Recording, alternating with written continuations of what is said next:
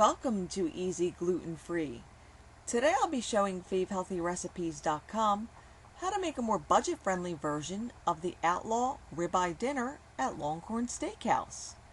Now their 18-ounce bone-in grilled ribeye will set you back about $23, and that's not really too bad as far as steakhouses go.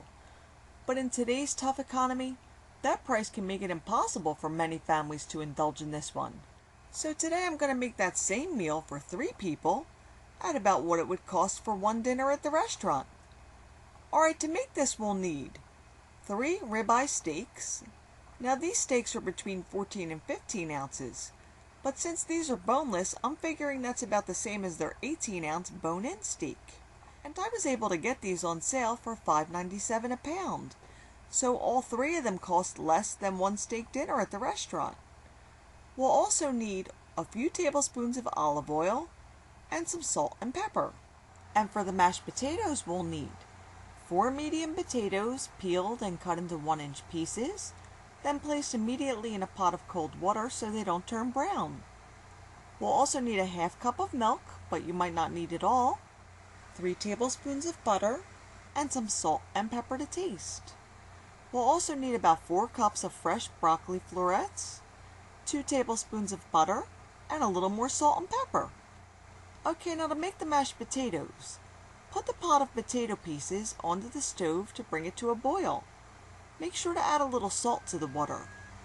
Once it reaches a boil, reduce the heat and simmer the potatoes for 15 to 20 minutes or until they're fork tender. Drain them and add the butter with some salt and pepper to taste. Then mash them and add enough milk to reach the desired consistency. Then cover the pot to keep them warm until everything else is done. Now for the steak, first you'll need to heat a cast iron skillet over a medium-high flame. And while you're waiting for the pan to heat up, sprinkle the meat liberally with salt and pepper. Once the pan's hot, add a tablespoon of olive oil to the pan and sear the steak for 5 minutes on the first side and 4 minutes on the second side to produce a medium rare result. Now I didn't want to overcrowd the pan, so I did the first 2 steaks, then I placed those on a baking sheet and put them into a 170-degree oven just to keep warm while I repeated the same procedure with the third steak. Then the broccoli was quickly steamed in a skillet with about a ½ inch of water and some salt and pepper to taste. Then I brought the pan up to a boil and covered it and let it steam for about 3 to 5 minutes before adding the butter, and then it was ready to serve with the rest of the meal. And there you have it, an outstanding Copycat steakhouse dinner at a much more affordable price. So the next time you see ribeyes on sale, don't be afraid to bring them home, because it really is that easy to make a restaurant quality meal at home. And in my opinion, you just can't beat a hot cast iron skillet to get a good sear on your steak. And this dinner rivals anything I've had at Longhorn's. So give this one a try sometime.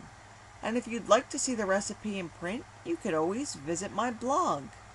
And for additional recipes and tips to fit in with your healthy lifestyle, visit my friends at FaveHealthyRecipes.com.